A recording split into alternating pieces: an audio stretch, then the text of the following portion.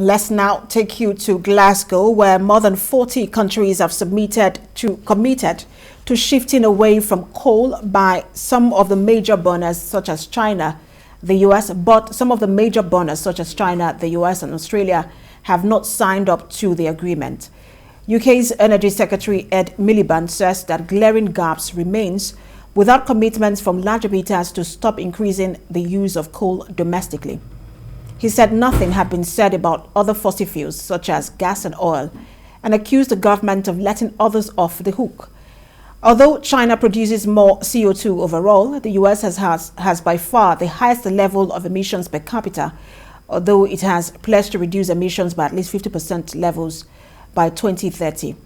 President Biden has also stated that it will look to achieve net zero by 2050. And I have joining me now the head of Global Water Partnership Africa Coordination Unit, Alex Simalabwi, to discuss issues surrounding the climate change crisis. He joins us from Glasgow. Good to have you join us. Thank you very much. Thank you for inviting me, and greetings from Global Water Partnership. As you do for every COP summit, you are present now in Glasgow to monitor conversations and speeches and commitments ongoing there. So talk to us about whether you have seen any ambitious pledges being made in this COP26. Yeah, thank you very much. I think this COP has really been very much front and center of most newsrooms because of the high anticipation of the increased ambition that is. But before I come to the key headlines that we have been seeing in terms of the key outcomes, particularly from the Global Leaders Summit hosted by Prime Minister Boris Johnson, let me also probably maybe mention something that is sort of off in the history of the COP. This is COP26. Nations across the world that deal with water have organized the first ever water pavilion at the COP. Now you must understand that water is to adaptation what energy is to mitigation.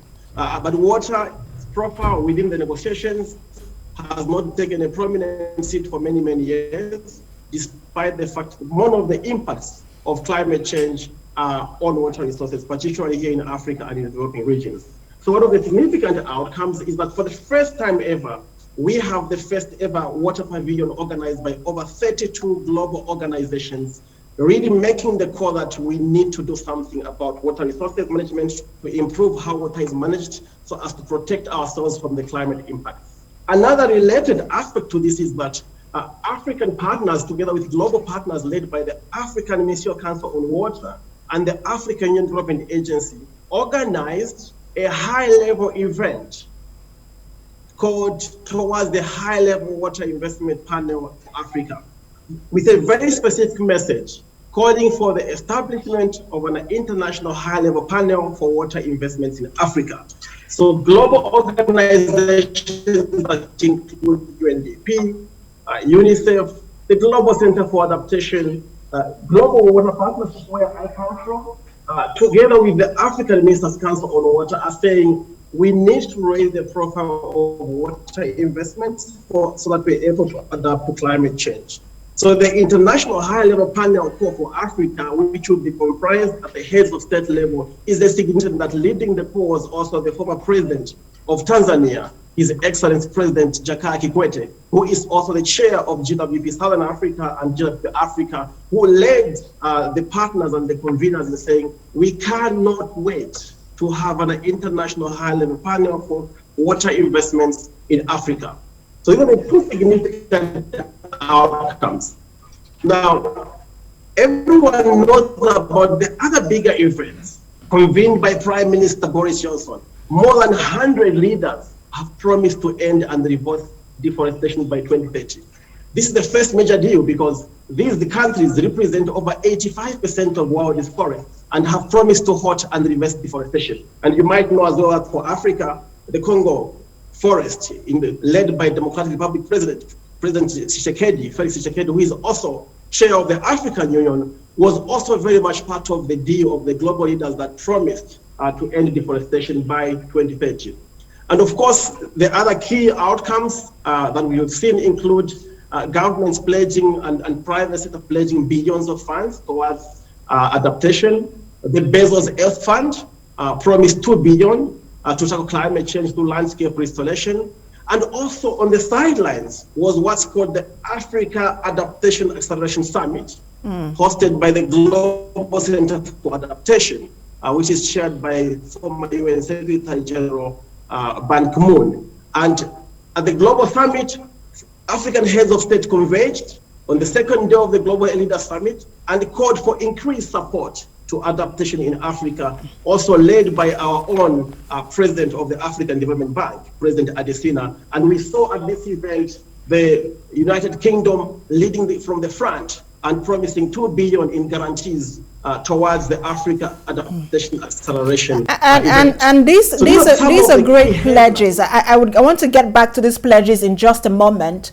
But because you raised a very key issue, which is the issue of water, and no one seems to be talking about that. For example, in some parts of Africa, we're experiencing drought at the moment, which is also taking a toll on agriculture and then leading to food shortages. Of course, that leading to insecurity because of the clamor for scarce resources. Talk to us about why water, what you think about why water is not taking center stage in some of these summits, or in this particular summit, rather. Yeah, I think one of the challenges why water has not taken predominant profile within the climate change negotiations is that there hasn't been an aggressive push to raise the urgency for adaptation within the negotiations. As you know, historically, the COP has been focused very much around mitigation, which is about cutting global emissions. But for Africa, Latin America, Asia, adaptation is the key. And if you look at adaptation, we're talking water.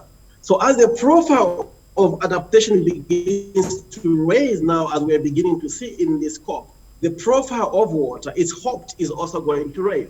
So one of the key factors that is needed is to increase the profile of adaptation within negotiations. And with that, water is the mechanism through which adaptation should be able to happen. So raising that political profile is probably significant and required. All right, and I hope that is dealt with, because scientists have said that if we deal with the issue of the impact of climate change and the adaptation, we could solve probably half of the world's, if not half, but at least a very good part of the world's insecurity problems, because they believe that they are exacerbated by climate change crisis. But let's look at some of the issues again at the COP26. China isn't present at that summit, and China is one of the world's biggest emitters of CO2. Can anything be done? Can we achieve the 2030 deadline without bringing China on board? Yeah, I mean, absolutely. I think as President, Prime Minister Boris Johnson said also during the press briefing, the fact that China is not present does not mean that China is a solution on climate change. Particularly if you look at what's happening in terms of the low carbon transition to renewable energy, China is one of the countries that is leading from the front, making sure that there's that transition from fossil fuels, reliance on coal, to more renewable energies. There's a high delegation of Chinese delegation present at the COP, and they're very, very much committed.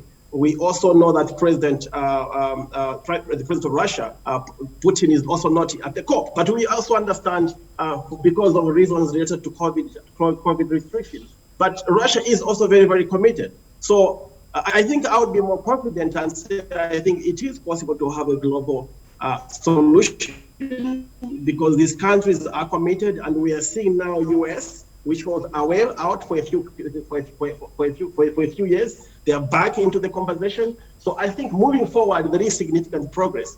But really, I think for us, for Nigeria, for Africa, and for the Global Water Partnership, all of these solutions would not be achieved if without integrated water resources management to ensure adaptation across countries. I can give an example of what's happening in Madagascar. We have heard in Madagascar over 1,300 people are victims of famine. Right now, the rate of malnutrition has risen from 9% to 16% over the period from December 2020 to 2021. if the president of Tanzania reported that Mount Kilimanjaro, which is Africa's pride, is becoming bored because of the melting of the glaciers. The island of Zanzibar, which is an archipelago from Tanzania, is facing huge challenges of climate change, droughts, salt intrusion, and are looking for options for surface water, for groundwater, to be able to address the challenges of climate change. So for Africa, for Global Water Partnership, there cannot be progress in the global solution to climate change without water. And I hope that African countries can begin to collaborate on that. We saw the collaboration for the COVID-19 pandemic and the AFCTA. We hope that this also becomes a rallying point for African leaders. Thank you so much for talking to us. Head of Global Water Partnership, African Coordination Unit, Alex Simalabwi. Thank you so much for talking to us. Thank you very much for the invitation and best wishes.